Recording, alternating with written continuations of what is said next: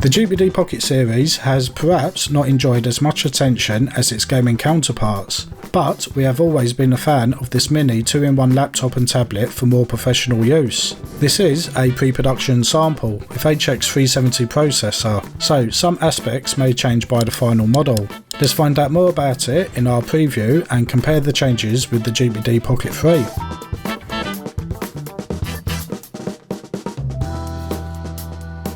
The GPD Pocket 4 measures 8.14 by 5.6 by 0.87 inches and weighs 785 grams. Compared with the Pocket 3, it is slightly larger and heavier. With the slightly larger dimensions, we do get an 8.8 inch, 144Hz, 2560 by 1600 resolution touchscreen. A nice increase on the 8-inch 60Hz touchscreen with a 1920 by 1200 resolution found in the Pocket 3 series. As a note, an active stylus will not be compatible and will require a capacitive stylus instead. In the top left area is a new and improved camera with a 2592 by 1944 resolution with auto framing and video brightness. Another nice upgrade from the 1600 by 1200 camera found in the Pocket 3. Moving down to the lower half of the Pocket 4, we see the familiar layout of the 3-button mouse on the left and a touchpad on the right. Like the Pocket 3, the touchpad is not clickable, so you will need to use the mouse buttons on the left to drag and drop, for example. The power button with integrated fingerprint has moved from the middle area to the front of the device. The keyboard is pretty much the same as the Pocket 3, with its award-winning chocolate chiclet keyboard. It's backlit and can be switched on and off via a keyboard combination, and will automatically switch off after no activity and light up when a key is pressed. The keyboard is a good size, large enough to easily type on for extended periods of time. The keys are low profile and require minimal effort to press. I have been using the Pocket 3 keyboard for a few years now and never had any issues whilst writing documents, taking notes, etc. On the left side we have a HDMI 2.1 port followed by a USB-A 3.2 Gen 2 port. On the right side there is a 3.5mm audio jack and USB-A port. On the back is a 2.5 gigabits Ethernet port, a USB-C port for charging, followed by a USB 4 port for high-speed peripherals such as an eGPU. And to the right is a modular port, which will come shipped with the microSD card reader module as default. More on the modular port coming up. The HDMI and 2 USB-C ports can be used to output to a monitor or TV for up to triple external monitor support, which is very useful if you like multitasking. And the 2 speakers found on the front side are great quality. It is always hard to reproduce our audio sounds recorded externally on video, but here's a classic to listen to.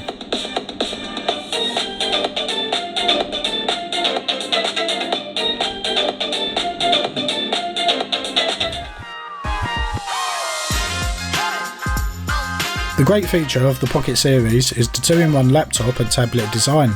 The top half can be rotated single-handedly 180 degrees to show the display to someone opposite you, and then folded down to transform it into a tablet.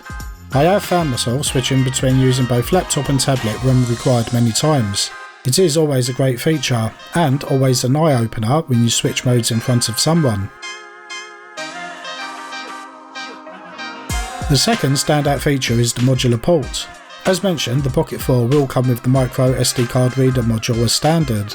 On launch, there will also be a RS-232 module, 4G LTE module, and a single port KVM module. The GPD Pocket 3 modules are not compatible with the Pocket 4.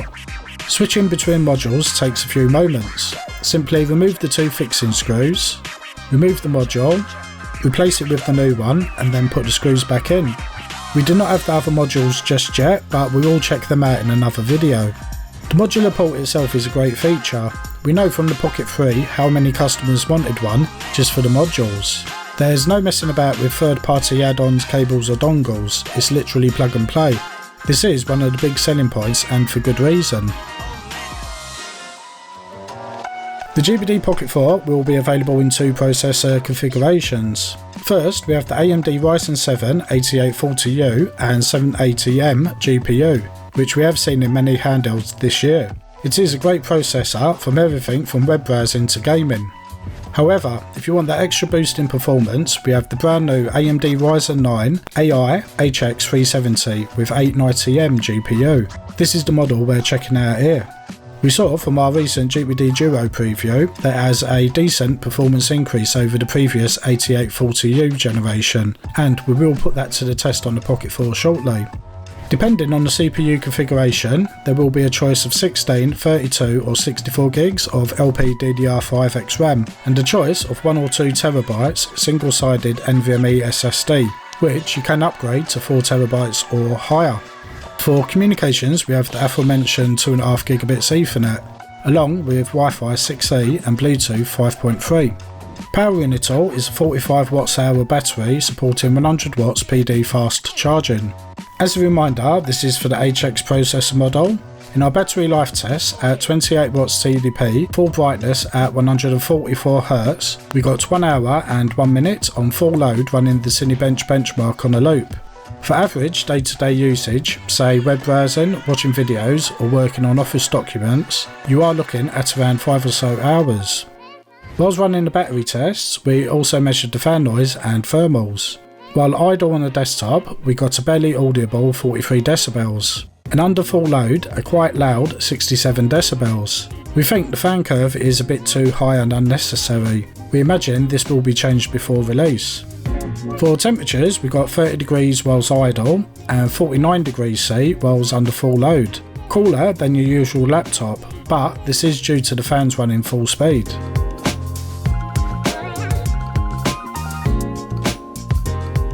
As this is a pre-production model, we won't be performing a wide range of benchmarks until we have the final consumer model.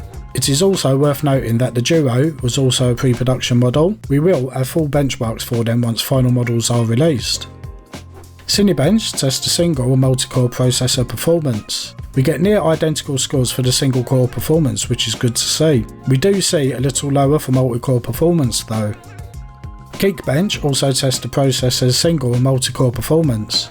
We see fairly similar scores for the Pocket 4 and Duo, both outperforming the previous 8840U generation devices. And for the Geekbench AI tests, which as the name suggests, test the AI performance for the processor, the Pocket 4 got noticeably higher scores than the Duo. We reran these tests and got similar scores again, but do keep in mind these are pre-production models. 3DMark tests the performance of the CPU and GPU working together. It's a great way to see the overall performance, not only for gaming but also for video editing for example. Across the 3 benchmark tests we got good results for the Pocket 4, comparable with the Duo. Both these models have increased performance over the previous generation 8840U. For our gaming benchmarks, we are only testing at 1080p and 720p at 28 watts so we can get a rough comparison. As a note, the Duo benchmarks were performed on the previous driver versions and the 8840U from earlier this year, so there may be some differences between driver version performance. For Forza Horizon 5 we are running on the very low graphics settings. At 1080p we can see the Pocket 4 has the lower performance compared to the Duo, but a nice increase on the 8840U models. However, at 720p we can see the positions swapped with higher performance than the Duo. For Shadow of the Tomb Raider, it always gives us different results based on the graphics drivers, but we can see the Pocket 4 has the upper hand in both 1080 and 720p benchmark results.